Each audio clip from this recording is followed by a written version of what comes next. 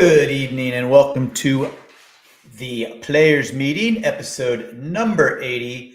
I'm the host, Smitty. Got a guest tonight coming in from Kansas City. We got Mr. Scott Reek, founder, owner of Under Par Disc Golf, longtime KDJ supporter. In fact, pretty much turned the reins over to Mason and I in the late 90s to do all that. And Scott and I are going to focus on my favorite disc golf tournament of the year, the United States Disc Golf Championships, tournament like no other that you're going to play. So let's bring in Scott and see what's going on. Scott, what's up, dude? Hey, bud. How you doing?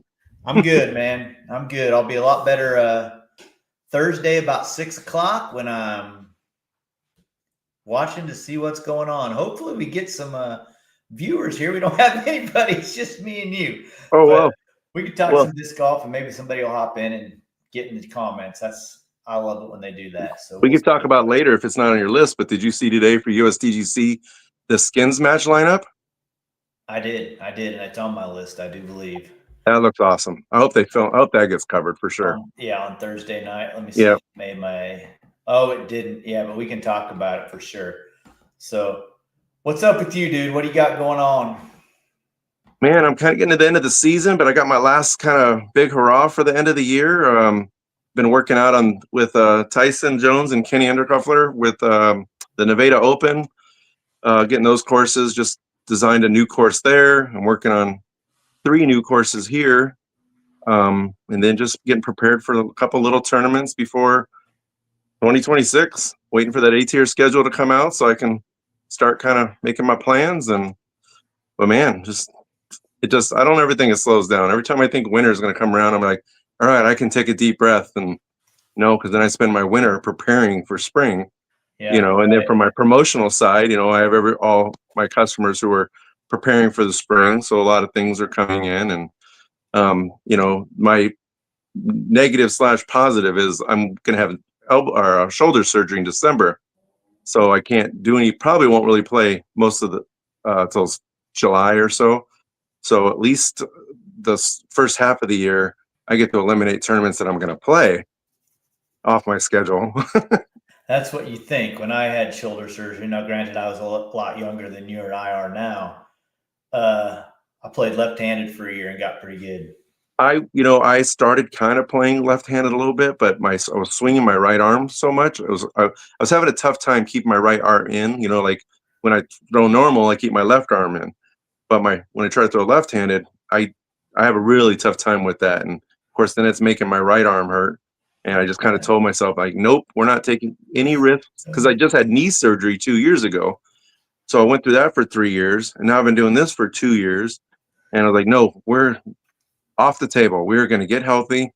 I want to be able to play again without pain or having to change my form because it hurts. So yeah, I thought of that, and I looked at it for a little bit, and I actually did it a couple times, and it's tough playing left-handed if you've never played left-handed. I got pretty good, and I told myself, well, I'm never going to throw overhand again. That's how I got hurt, was throwing a thumber.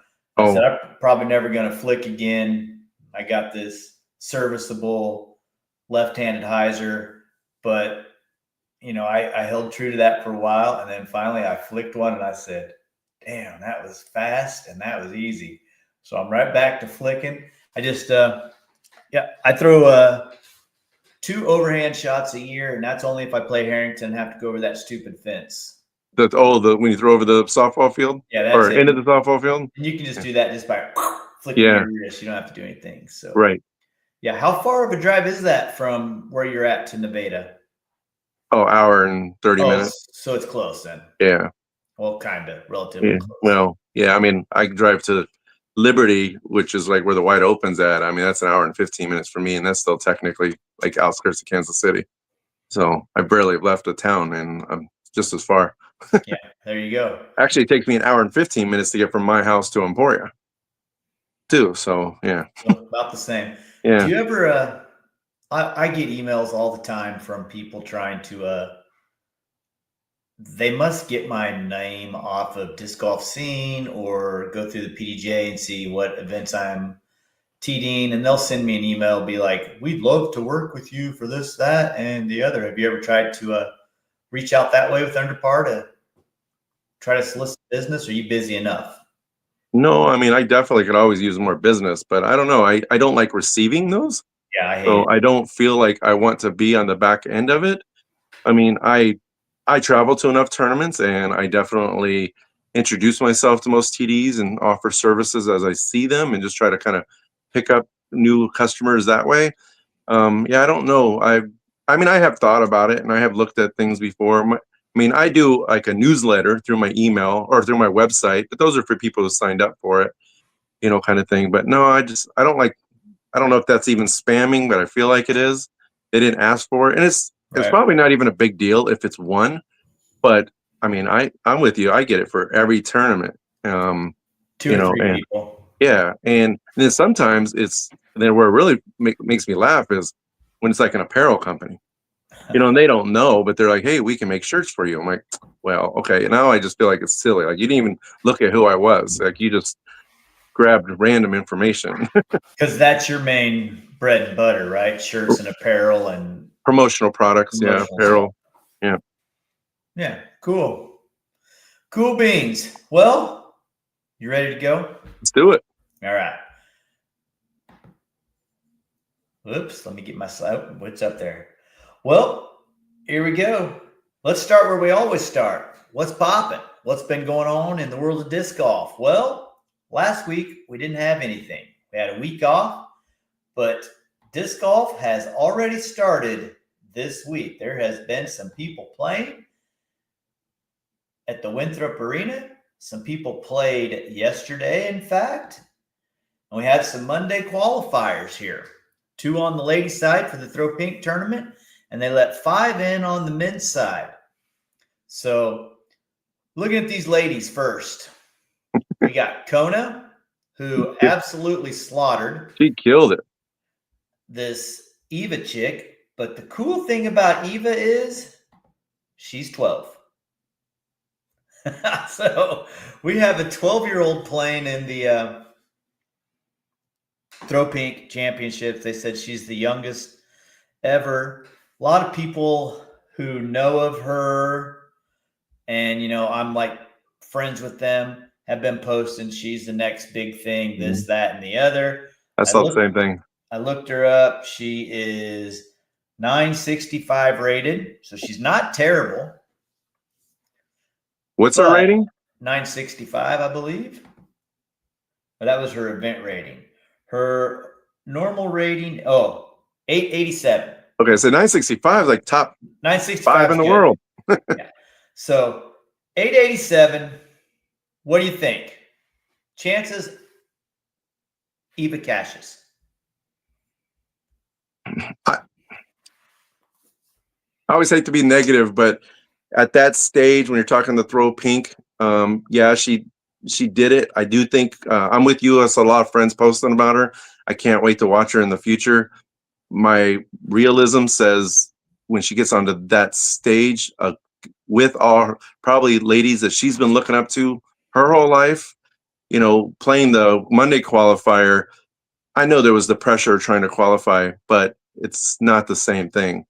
Knowing she can execute on the course is positive, but even compared to Kona, she was double digits away from Kona, right? 12. No. Yeah. So I mean, in Kona, as much as I like Kona's really, I mean, that was hot golf for Kona.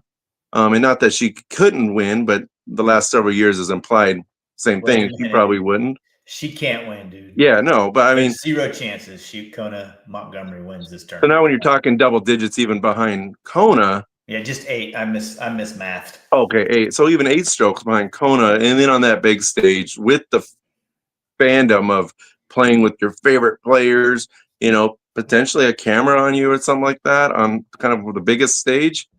Man, I hope she prove me wrong because I would love to see that. It'd make a great storyline. But if I was betting on it, I probably wouldn't put the money on her. Yeah, I'm not giving her much hope to cash. I think a lot of it will depend on round number 1. Oh, sure. If she gets out and gets going round number 1, she could. build some confidence and carry that through the entire rest of the tournament. Because honestly, if you can just throw the disc inbounds at USDGC or throw pink, you're going to be fine. Correct. It's when you can't control where it's going, or you try to go bigger than you need to or bigger than you should, that it not only bites you once, but a lot of times it bites you twice, because you're not going out of bounds up by the pin. You're going out of bounds early and you're never coming back in, and you're just losing hundreds of feet of distance because you're trying to pull off a shot that you can do. Right. So I don't have much hope for her or Kona, honestly, at cashing. But Kona shot good today. 10-10, I think, is what I saw it rated. So that's pretty good golf for her. Yeah. Well, I want her to shoot well, though. Like I said, I think it'd be fun to see her up in there, especially in the FPO field. I love to see that. 12-year-old? Well, the 12-year-old, but just another up and comer. Over the last year or two, for so long, it's always been, Kristen or Paige and things like that. And even you kind of remove them out of the equation. You have your Holland and your Missy and things like that. And then you have a couple, you're like Candice or Eliezra and like up and comers that start to challenge. But even then, they haven't, and there's still new window. They just haven't broke through yet. But it's like, I want to see some more of that. Especially in the FPO field, because I feel like the FPO field is a little more stagnant with the same names all the time, where I was like, I'd love to mix it up where on MPO, Gannon's always up there, but you still got probably 15 people that rotate versus 4 or 5. Yeah, the women's field is just wild. It's the last two tournaments are evidence of how crazy that division truly is, because we watched Missy meltdown and give up a big lead and lose. We watched Holland meltdown last week.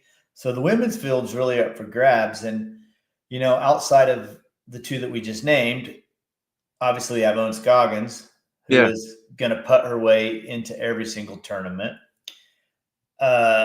We have Valerie Mundahano, who could do really well at USDGC, I feel. You mentioned Eliezra, who last year at this time, I really thought Eliezra was going to really pop off and do some good stuff. And she was like in the top 4 or 5 last year at one point, or finished, didn't she? She was up there. She's nowhere to be seen ever. Yeah. And then you mentioned Cadence, who at the beginning of this year looked like she was going to be in the mix a lot. And man, she has fallen off too. I think it's probably a little harder than people think to be on tour for a whole year. And I think with Cadence, we're kind of seeing that it's a little more taxing than what we think. And she's young. She's still learning it. She's still kind of, The one I'm most excited for, though, is Ida Mekalaki, the chick that should have won Worlds. However you say her last name. That little Finnish chick. She's there. I hope to see her do well. And I think, she's pretty dang good at disc golf. She probably could.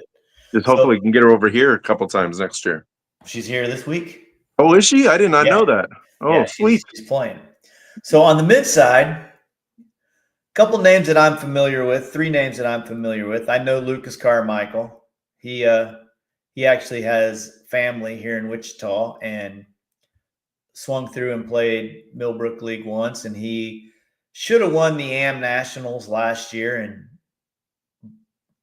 just blew it up on the last hole or last 2 holes and had a rough finish.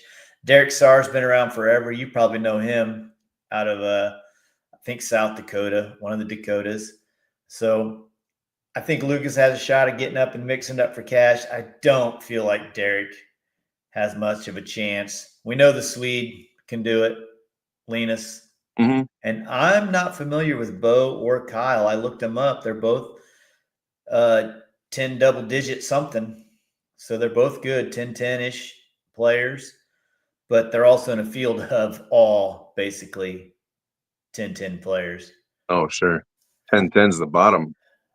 Well, 975 is right, but you'd be shocked if you knew who that was, because I'm not going to tell you yet. So it'll be fun to I like watch and see what the Monday qualifiers do. Last year, we saw Drew Gibson get in on Monday and finish in the top 10 and qualify. But Drew's a different bird than all these guys. Right. Yeah, Drew's got the elite arm talent. Lucas can throw it a country mile too. So yep. I think I know Lucas. I know the name Derek Sar. I feel like I've met Lucas before. Yeah, I know, and we've seen Linus before. Yeah, the top two I don't know. Let's see where Bo is from here. Bo, I had it open. There we go. Bo is from Huntsville, Alabama. 10-10. Kyle there is from Durango, Colorado, also 10-10. So both great players, I'm sure. And who knows? Maybe we'll see him make the USDGC run, but I doubt it. I wish them all luck. We know the men's title is probably going to come down to one of about 10 people have a shot at winning. Right. All right. So this event's been going on since like 1998, 99. There's been 15 different winners. Okay. I'm going to put you on the spot here. Holy crap. Put you on the spot. I didn't prepare you for this whatsoever. I just want to see how many of these 15 you can name. I think, and I'm going to write down a number I think you're going to get, and then I'll show you the number later. I think you're going to get, nah. All right, I got my number. No looking on the internet either. I'll be able to tell by your eyes, pal. Okay, so give me one. Kenny. Of course. Barry. Of course. Bellberg. Of course. Schustrick. Of course. Nico. Uh-huh. Brinster. Uh-huh. Macbeth. Yep. Kyle Klein. Yep. Gannon. Yep. Nate Doss. Correct. Nate Sexton. There we go. Jeremy Colling. Mm-hmm.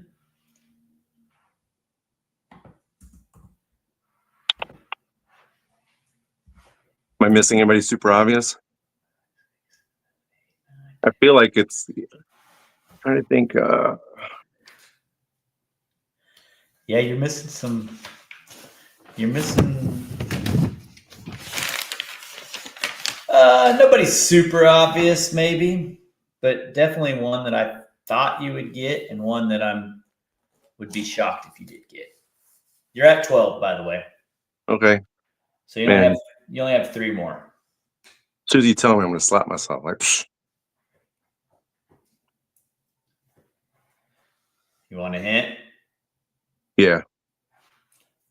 This guy's responsible for the greatest disc golf throw we've ever seen. Oh, Conrad. Yes. Yeah, I would have never gotten Conrad. He's been kind of out of sight since that shot. He's irrelevant in professional disc golf now. Yeah. Is Robinson either Robinsons? No, I didn't think. Okay. Not yet.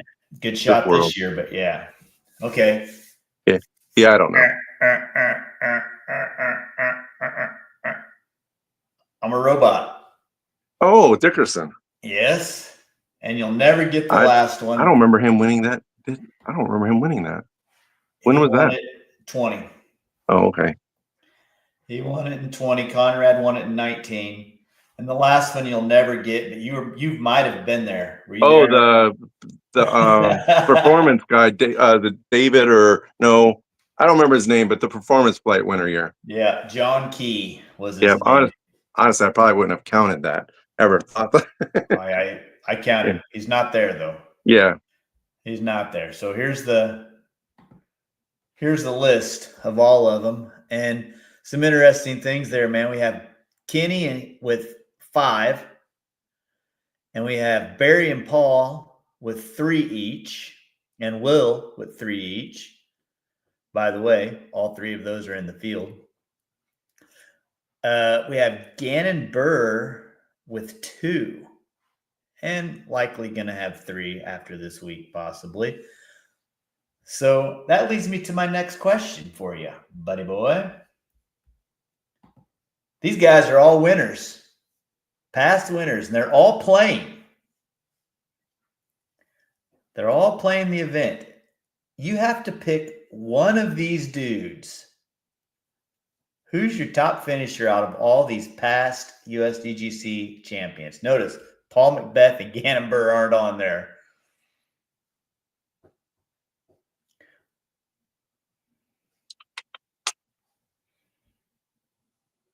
I don't know. I'd probably go Sexton.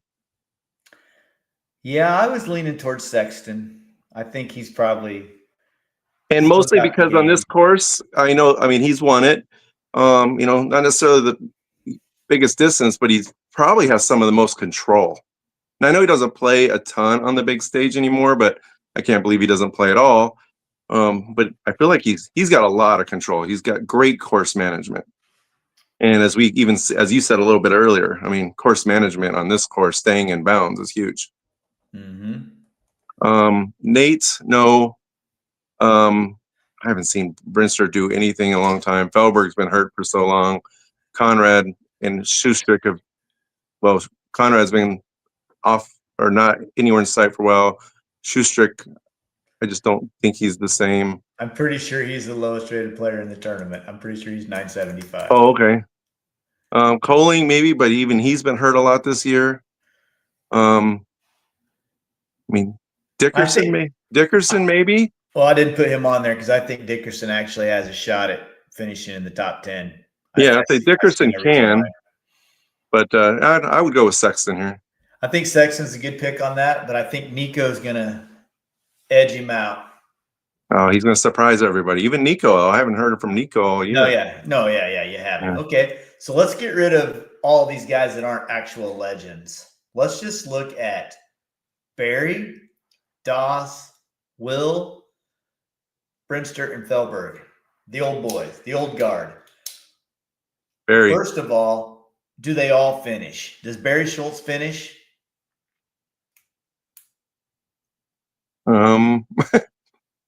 I think as much as any of them do. Well, I don't think Felberg or Will finish the tournament. Right. Who is? I would imagine Brinster to finish. I don't know. I guess I go with Barry more from the history, but he also lives there. Not that he probably plays it much or anything like that. I don't know. I'm going to stick to my nostalgic roots and stick with Barry. You're going to go Barry? I'll let you go Barry. I'm going to go Nate Doss. Okay. Just because I think Nate Doss has the kind of game that he can just put on the shelf for a year and come out, and his putting might struggle a little bit. He was never the greatest putter in the world, but the rest of his game is just so simple. Just bloop, bloop, bloop. Yeah. Right down the middle, hyzer shots. So I think Nate Doss is going to do well if he finishes. He was also like the Nate Sexton too in that. I mean, he always had good course management. I mean, he'd throw the buzz and not necessarily. I mean, he threw far, but not necessarily the farthest. But I always remember him having really good course management. Stay in the middle. That's right. So let's talk the course a little bit, because this course is spectacular. It's I don't know if it's awesome because it's the greatest course ever, or it's awesome because it's been nearly the same course for whatever we're at, 25 or 26 years.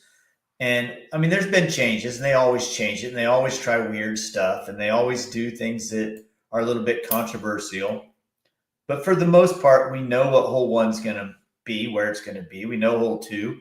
We know hole 11 is going to be next to those big holly bushes all the way down. And I asked you today, I said, hey, what are your favorite holes? And we shared 2 of them. We shared 5, which is my favorite hole of all time that I've ever played. The basket is, however, a little bit closer to the water than maybe it has been in the past. It is dang close. I watched Ezra and Goose play it the other day. And the other hole I picked was hole 8. I'm a sucker for 2 and 3 shot holes, and that's what these two things are. Get in position and then decide what you're going to do from there. Yep. So yeah,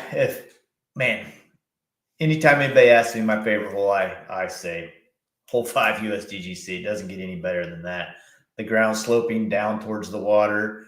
Oh, and the other change on hole 5 though is all the little trees along the right that were just kind of in the way. They're in OB now.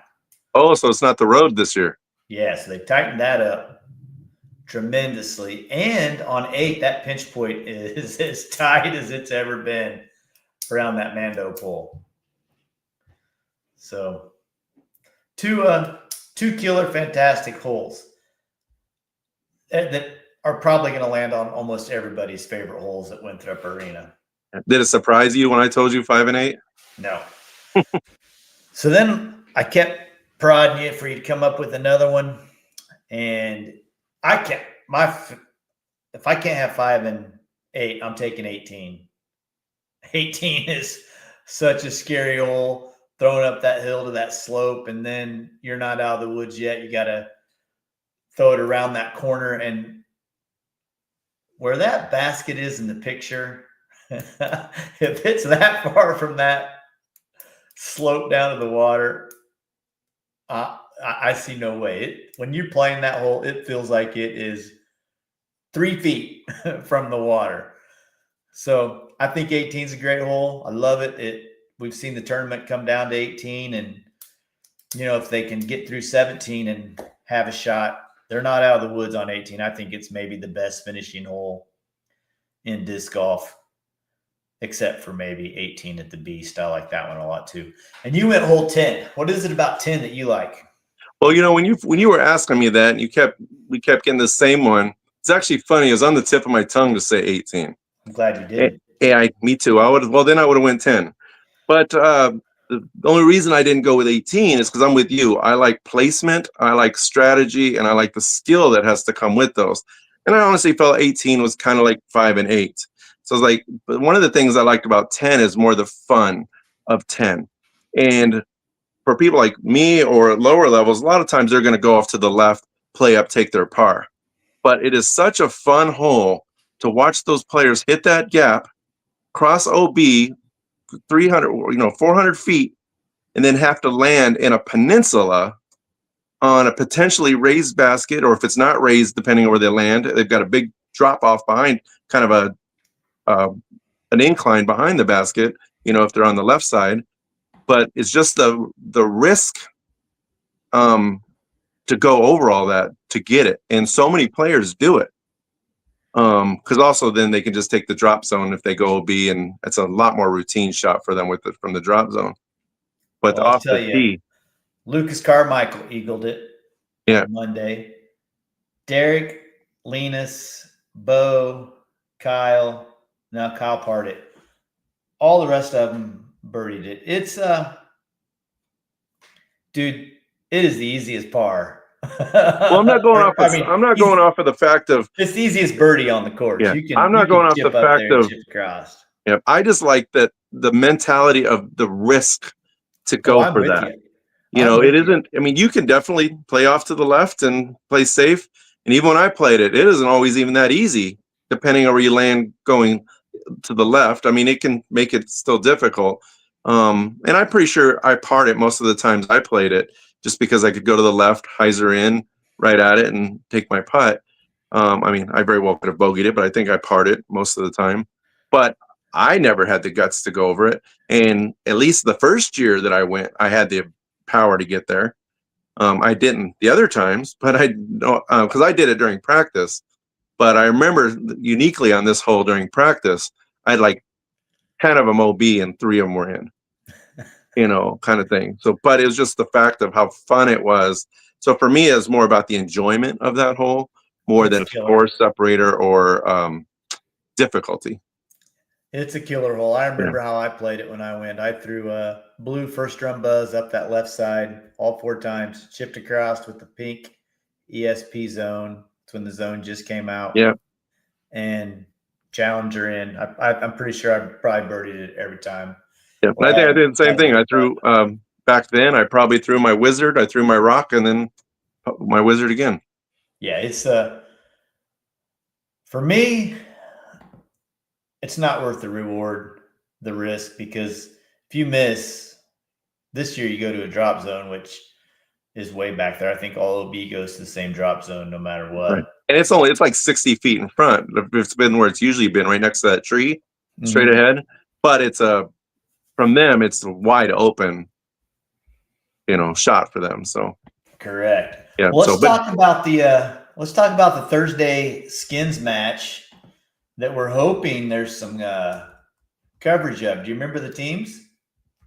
Climb own Paul and Val, or Corver, Paige Pierce, and Barry. That's right. Who do you give the nod to? Who do you think wins that? Paul and Corver. You're going that way? You think Paul's going to be able to carry her that much? Yeah, I mean, Corver is still. I think Corver is very controlled. I think she can still putt. So anything Paul misses, I feel like she can back up. I think she's going to give Paul the green light to go a little more aggressive because she plays a little more conservative. Kenny is I would like to. I guess I don't trust that. Like, what's his physical ability? I mean, I see him in the videos with his new line and stuff like that, but it still seems like he's. I mean, for 18 holes. No, they're only playing 7. They're only playing the first 7 Oh, holes. never mind. Okay, well, I don't know if that's never mind, but okay, well, 7 makes a big difference. But Owen, I feel like it's her putting. Where for Corver, I think it's her putting and her upshot or control. Paige and Barry is probably where I would have went Paul, Paige, Barry, Kenny in that order. No kidding. Yep, and I would want Kenny. My heart says I want Kenny. Well, I'm going Kenny, and then I'm going Paul, and then I'm going Barry. We need a little clicker on third. We got a lot. Scott versus Smitty. We got a lot of side bets going on here. I think that Ken Climo is going to do just fine on the first 7 holes at Winthrop Gold. He's going to get Owen Scoggins close enough, and it's mixed shot. Are they playing 1 through 5 and 17, 18?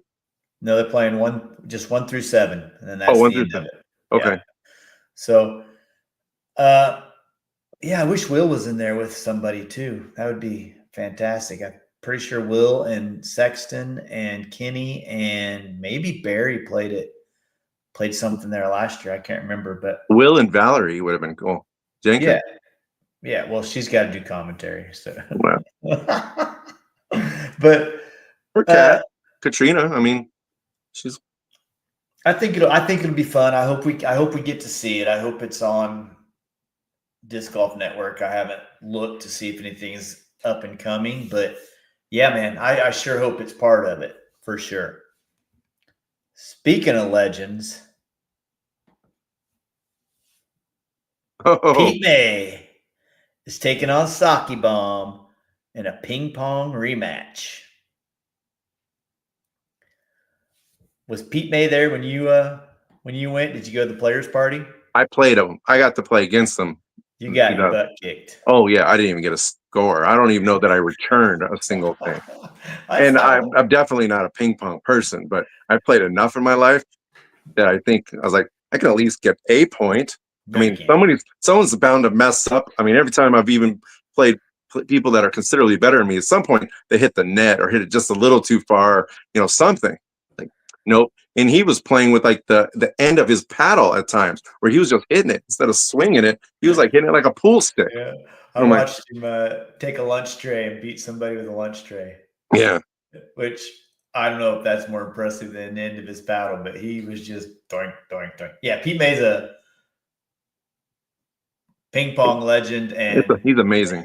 He probably has 20 disc golf world titles or something by now. He's won so many and I don't know if he has any pro. He might have like a pro 70 or 80 title. I do think he has a couple. I want to say I feel like he's got a couple. So, I feel like in 1 or 2 years he won them both. Maybe. Yeah. And I have a feeling that Rick probably doesn't suck at ping pong either. Seems like a house full of Sakis where Rick grew up Right. probably had a ping pong table to keep kids busy. Yeah. So, And he's just naturally kind of got that athleticism, hand-eye coordination of so yeah. well, and if you try to spit a watermelon seed and yours goes 5 feet, Rick's going to try to spit his 5'1" just to show you that he can do it a little bit better than you. 100%. So Yeah. yeah, Pete May, you better watch your back, old boy. Rick's bringing it. I don't know if there'll be any coverage of that, but I hope so. I give Rick 2 points. Well, I don't know if they're playing a full match or if they're just playing some. Oh, I Sure. did have the Legends thing on there. So, yeah, we were right. Climo versus Scoggins, Climo, Scoggins, Paul and JK, and Barry and Paige. So, I don't know. Thursday at 6. Hopefully there's something. So let me ask you this question. This could be a little bit of a hot take on it.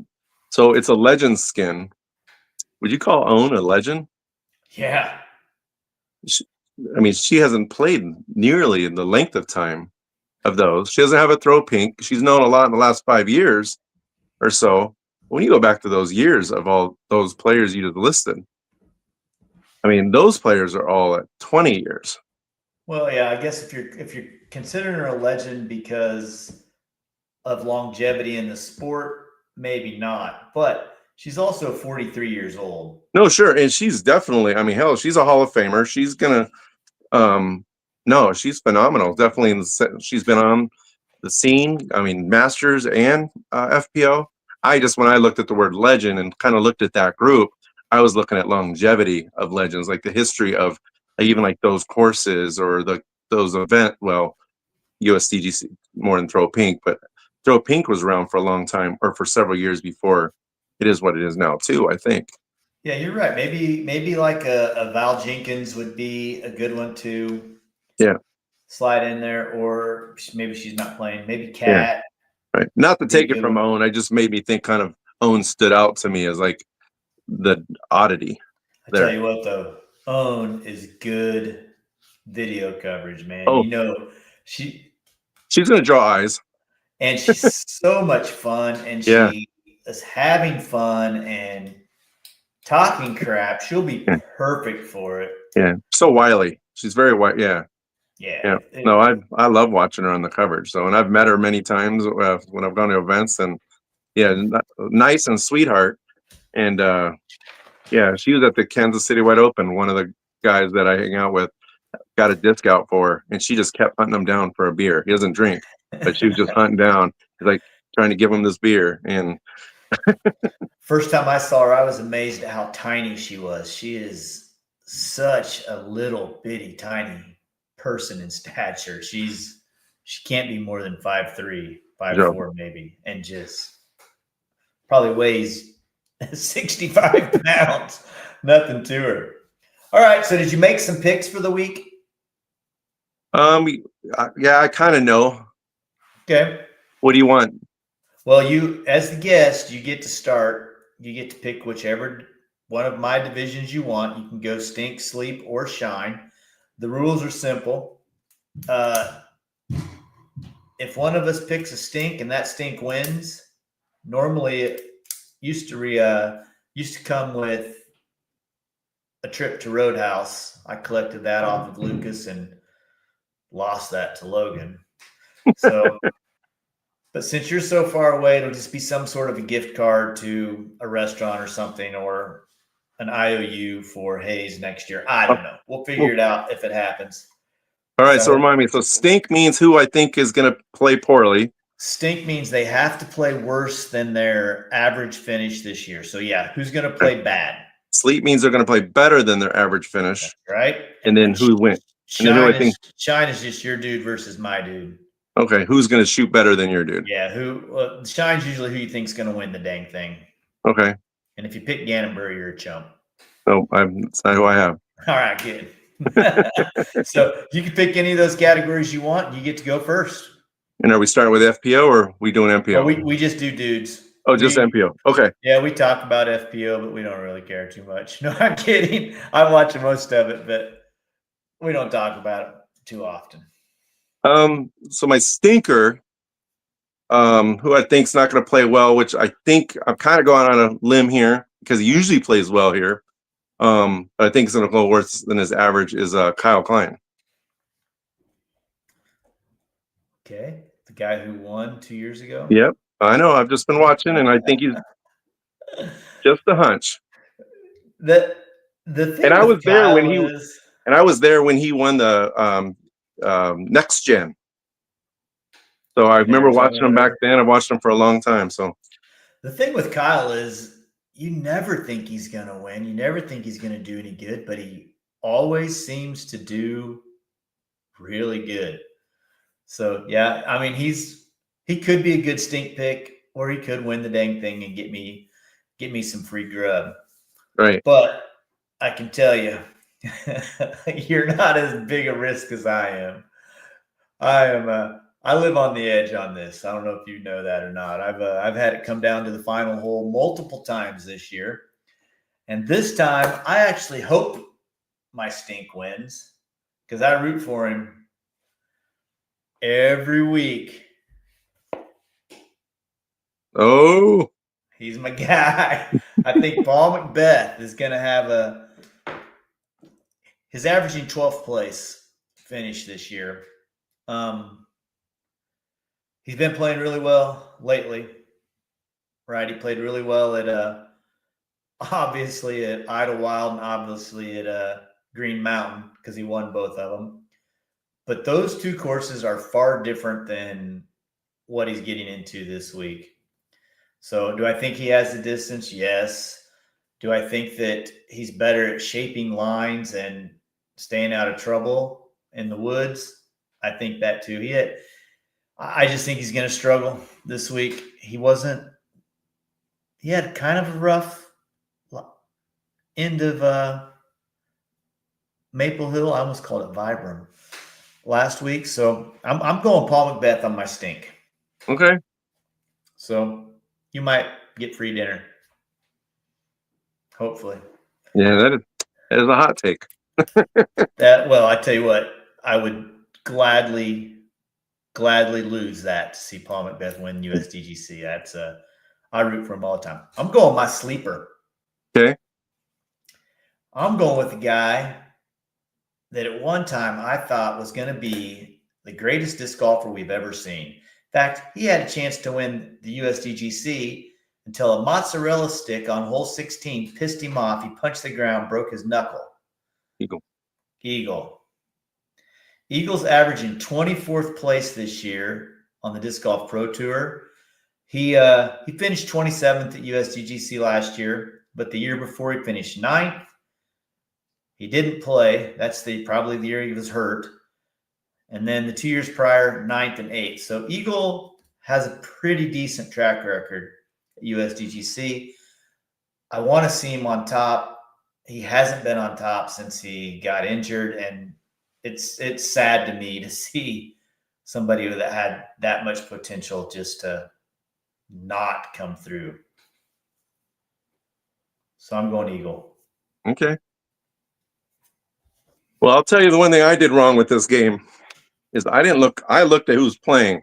I didn't look at averages or like knowing like playing that strategy. You didn't go to Statmando? No. Oh man, you're missing out, buddy. Well, I didn't with this. Don't worry. It never matters. I lose every week to people who just make their picks right on the spot, probably. Well, so my sleeper, and I don't even know that I would call him a sleeper because he's always kind of up there. Just not necessarily on the lead cards. He has been. He lost to Paul Macbeth in a playoff at the World Championships. Goose. He's one that I think this course he could struggle on this course, but I think he can play very well, and he has been playing well lately. So that's where I was kind of going with is. No, Goose is don't undersell yourself. Goose is a good pick. Okay. Goose, what do you think he is average this year? 14? Wrong. Oh. 24th. Oh, okay. Well, Because when Goose is bad, he's bad. He's finished 56th as his worst, and 5th yeah. is his best. But you're Okay. exactly right. If Goose is as talented off the tee with both spins as anybody in disc golf, what cost Goose so many strokes is on the putting green, which at Winthrop Arena, that can be a little bit scary. There's a lot of very treacherous greens there. 14 comes to mind, the big tall basket on the slope. You have to know how your discs are going to land if you're going to miss the basket, or you are going to get some rolls, or your upshots. If you don't land correct on that green, you could land 3 feet from the basket and finish 40 feet from the basket. Right. Yeah. Yeah. Well, but you mentioned that he took Paul Macbeth to a playoff. That dude finished on the podium at this year's Worlds. Yep. And there was lots of treacherous greens there. And mainly at the Beast, holes that really rewarded good throwing. So I think Goose is a good pick for sleep. I think Goose, depending which Goose putter shows up, could win the dang thing. So I don't think Goose is a bad pick at all. Well, when I was going off, I was actually thinking like 12th to 14th place, something like he's got to shoot really good. So like I said earlier, I didn't look at where everybody was at statistically. So when I was going off in my head thinking, okay, well, he's probably, mid-teens. So, he'd have to shoot really well just to shoot better than his average for there to make like top 10. Yeah, when he's bad, he's bad. Yeah. But no, I like watching Goose though. I'm a fan. Yeah, I don't like his and Ezra's practice videos, but I like watching him play disc golf. Okay, you got the shine. Who you going with? I'm going with my heart, which is your stinker. I'm going with Macbeth. Yeah. I think he's been playing good. I think he's found the passion again. I think he's hungry to get number 18. My heart says I want to see him more than anything get that number 18. I grew up with Kenny like you did, but majority the rest of my kind of prime part of my life was Macbeth, and I've always been a Macbeth fan. I know he's had his last couple of years, but these last couple months, you can definitely see some of that coming back out of him. Okay. And well, I hope you're right. My shine is a guy that has to win to keep his streak of consecutive years with the win alive. Rick has to win. His back is against the wall. That dude is a dog. If you talk to any of those guys, they'll tell you he's the scariest dude to play once he gets going. I think he can win the championship or the finale also to count towards that. Yeah, not. I'm just saying Yannon's going to win that probably, but I'm saying. Well, yeah, he has a head start. You give the best player a head start, and you expect other people to catch him over. I hate that. I don't necessarily like it or dislike it, but I do like the maybe something different. But I do like the reward that's there. But I also kind of like the way you used to do it, where those guys just didn't play the first round or so. Like that was their reward. They got basically like a buy round, and they qualified for the next round. Have you checked out anything on the championships? No, very, very little. Well, the purse is only $50,000 less than it was last year. I saw that post on that. Yeah, that's what it is, though, right? They're taking it's unfortunate, but it's not surprising. I mean, yeah. Well, I think, as you can probably attest to as well, disc golf is the COVID boom is completely gone now. Sure. We're back to, it almost feels like we're back to a place that we were even below where we were pre-COVID. Like I'm running a tournament Saturday that currently has 9 people signed up. Yeah. I've got a tournament in 2 weeks. I have one. Yeah. 2 or 3 weeks ago, I did something I've never done before. I canceled a tournament, pulled the plug because there was nobody there. And now this week it's here in town. So, I'm not out traveling an hour and a half away to to run a tournament, but I did switch it from 2 rounds to 1 and basically chopped the entry fee in half in hopes to get more people there. But yeah, man, it blows my mind. I haven't found anything that draws. I mean, I've done from like you can get a discount on entry fees for no players package. I've done down to $15 entry fees. I've done to big added cash. It just doesn't, I mean, for whatever reason, what's causing people now to register at the very last minute? Most of my tournaments have ultimately almost filled still. I mean, or been fairly up there, but they're all like the week of. I mean, even Keeper got like 100 people in whatever in that last week. And I just don't get it. And when I've talked to people, people will kind of respond with, well, I don't know what my schedule is. I was like, well, but 2 years ago, you didn't know your schedule and tournaments filled 3 months in advance. So now people have just kind of gotten used to that whole of, I don't have to register. And they just don't understand that, kind of what it does in the background. But as a TD, I tell people, it's like, not only does it make it hard to prep, but it also makes it hard for a tournament director to be excited and want to do extra stuff. Like, I want to provide, whether it's some food or some extra water or Gatorade, I mean, anything that I want to do just to make my tournament better. It's hard to do it when nobody's there because you don't know. And then when everybody does sign up, it's already the week of, and you're kind of, you're behind the you've already checked out. Yeah. And then you get people complaining about tournaments, where people aren't signing up because nobody's signing. I've heard that too. Well, I was going to sign up, but when I looked, nobody was registered. I had the one I have one person in. He messaged me just this weekend. This tournament's still happening. And well, I did get discs for that one, and I already have them. So I was like, I kind of have to have them now. But yeah, the whole sense of urgency to sign up is out the window. When tournaments were filling quickly, it would just multiply on itself because somebody would look and it'd be like, oh gosh, there's only 90 spots and 50 of them are gone. I better get one. Mm-hmm. Hey dude, you better sign up too. So then 4 or 5 or 6 people, and before you know it, you're at 80 and those last 10 are gone.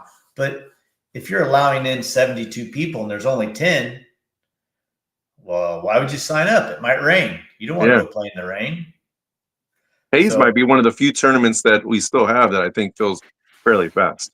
And that's not because of the tournament. That's because of the entire event that Hayes is. Yeah. Right. And it really takes a big crew to pull off what those guys do every single year. And the attendance at the event and the desire to play the event is enough feedback for me, if I was part of that crew, to say, boys, we're doing it right. Let's keep doing it. Yeah, don't change it. Yeah, just keep on keeping on. Yeah. So, all right, dude, we made it to the last segment of the show. The Big Deal. Welcome to Big Deal, the segment of the show where Scott takes a deep dive into things that everyone is talking about. Whether they deserve the hype and truly are a big deal, or are they just a total overblown, yeah, big deal, bro. Scott, for as long as I've been playing disc golf, I used to get one about every month, and then it went quarterly, and now I'm never, ever getting another Disc Golfer magazine. The PDGA has chopped the magazine. What are your thoughts? I say, who cares? I mean, I don't personally, I probably have not, probably 15 feet over here, I've got a tub of magazines, probably from the last 5 years, that I have not even taken out of the plastic. And it's mostly because most of the stuff that's in that magazine anymore is the stuff I watch week in and week out on Disc Golf Network, things like that. Before I used to be a section that, like John Houck did, about course design stuff, or things like that. I mean, back in the day when we needed it to find results or to see where I finished in third place someplace, it was definitely. But since the era of like the Pro Tour, and most of the stuff is on there, and then it was kind of, unfortunately, I wasn't getting it all every time. It was getting a little inconsistent, and definitely by the time I did get it, it was old news. So for me, I didn't renew for it this year. I didn't get any of the magazines this year. And yeah, it didn't bother me at all. The only thing I think of is, they talk about the expense that it costs to run that. Now I'd be more just curious, well, what's happening with that money now? Which then seems like there should be a greater plan of that money you're spending on there. Like, what are you going to do with that? That's going to make the sport better or the organization better. That's probably my only. I'd be anxious to hear that, but I also know deep down, nothing's going to probably happen with that, or nothing that we're ever going to hear about. So ultimately, it doesn't bother me that the magazine is gone. Yeah, I don't care that it's gone either. I didn't pay the extra for it this year because this was the first year they charged more for the magazine.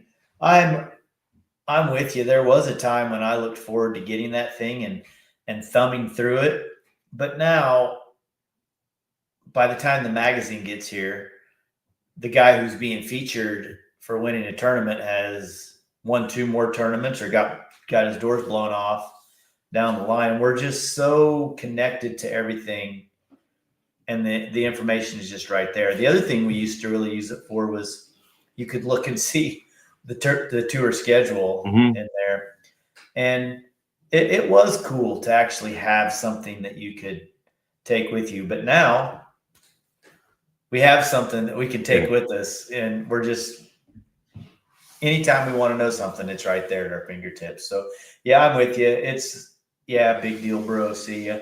So trip down memory lane real quick. You're talking about the magazine where we used to look for the tour schedule and all that. When I was going to Nevada, my buddy TJ Thurman went with me down there, and I was telling him about the days when we used to have to get the PDGA course directory every year to figure out where the courses were at, because we were talking about directions and the value of GPS. Like, I don't pay attention to anything because GPS tells me. And I was like, yeah, we used to have to get that book every year to get the new, years worth of new courses or wherever we were going. And then they weren't even in like an order of like highway. We're going along I-70. You had to kind of know what towns you were going through, that were half hour off of I-70, because it didn't tell you. It would just say whatever the name of the town is. Yeah, and they're all alphabetical in there. Yeah. There's a spiral bound notebook. Yeah, I had that stuck in the back seat of my truck in the little deal. Yeah, so bring that back. No, I'm out on that. Yeah, I know. I'm just kidding. I don't need that back, but U-Disc is awesome. Yeah. Oh, amazing. Yeah. Amazing. I had heard that the PDJ was working with like $160,000 deficit from the magazine. Yeah. So what's that mean though? Does that mean that they now have $160,000 to put into disc golf, or were they actually losing that much money on it? So either way, goodbye. See ya. Yeah. Don't have to worry about how I'm going to get rid of them, because I could never throw them away. I probably have a tub of them somewhere too. Yeah. I have thought about, taking like a cover off or hanging like a favorite up or something like that. But other than that, I'm same thing. I think I have every one I've ever had since like 1996. And, so some of them and I've kind of wanted to go back, more curious to see the way things were worded even back then, and, how things look differently and stuff like that. Maybe even some of the old ads, like it'd be interesting, like when you see like, the Lightning ad, or Wall City, or, all those kind of old stuff. And, but yeah. Did you play Ransom the year we made the disc golfer magazine covers? Yep. I have one. I don't know why I have one. I'm not on it, but I have one of those trophy pictures. That was super cool. Huxman and I did that. I loved that. I thought that was a killer idea when we did it. So, all right, dude. Well, we've made it. We're right at 1 hour. Do you have any shout outs you want to give? No, man. Thanks for bringing me on. Keep doing what you're doing. You're doing a good job. Anytime you want me to come back on, I'm gladly come on and, BS with you about disc golf or whatever we want. So, heck yeah. Well, I got to give out the same shout outs I give out almost every week. I got to say thanks to my dude Mike Bailey for always being willing to go out and stomp around the course and cut down trees and help me plant things and fix. We've turned a pitch and putt course here in town into the first 9 holes are as much fun as any 9 holes I've played continuously in a long time. They're fantastic, and that's where the tournament's at this week. So big shout out to Mike Bailey, and then I'll give a shout out to Chris Herring, another local golfer who's going to start up Winter Glow League in 2 weeks, and he'll run that all through the winter, just 3 blocks from my house. So, well, I actually would like to give a shout out in your neck of the woods from me observing it from here in Kansas City, me being involved in all the tournaments. And I know you kind of set them up, but I want to give a huge congratulations to Casper. Yeah, for running the juniors. I mean, I don't know what kind of help he had on the background, but on the surface, he looked like he was in charge. He looked like he was doing good. The social media of it. I love the fact that a junior kind of took over, at least on the surface of promoting for juniors.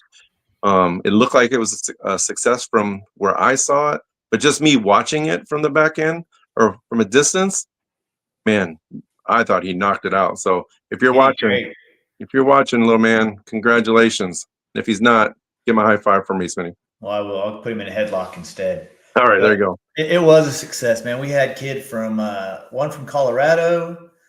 We had 3 from Oklahoma, and we had Kyle Klinger, or not Kyle Klinger. That's a different Kyle. Kyle Webster's little brother came from Texas. Okay. So we had more out-of-staters than we've ever had, and Hudson killed it with the promotion and the connections that he's made going to all these junior tournaments.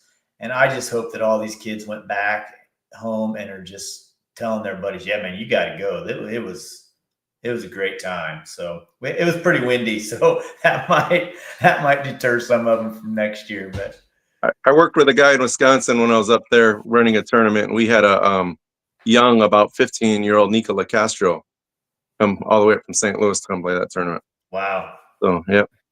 Yeah. So I'm hoping that someday, when I'm done with it, Huddy can just take it and run with it. He's got a lot more years of disc golf left than I do. So he's an up and comer. I mean, he's a fun kid to watch. So yeah, man.